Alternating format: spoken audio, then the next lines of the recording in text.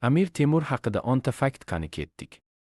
1. Amir Temur 1336-yilda Shahrisabzda tug'ilgan. 2. Uning ismi Temur turkcha bo'lib, temir degan ma'noni bildiradi. 3. Temur oz zamonasining eng buyuk sarkardalaridan biri hisoblanadi. 4,137 Samarqandda hokimiyatni qo'lga olib, Temuriylar sulolasini yaratgan.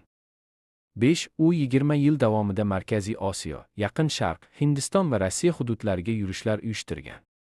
6. Temur Samarqandni madaniy va ilmiy markazga aylantirgan.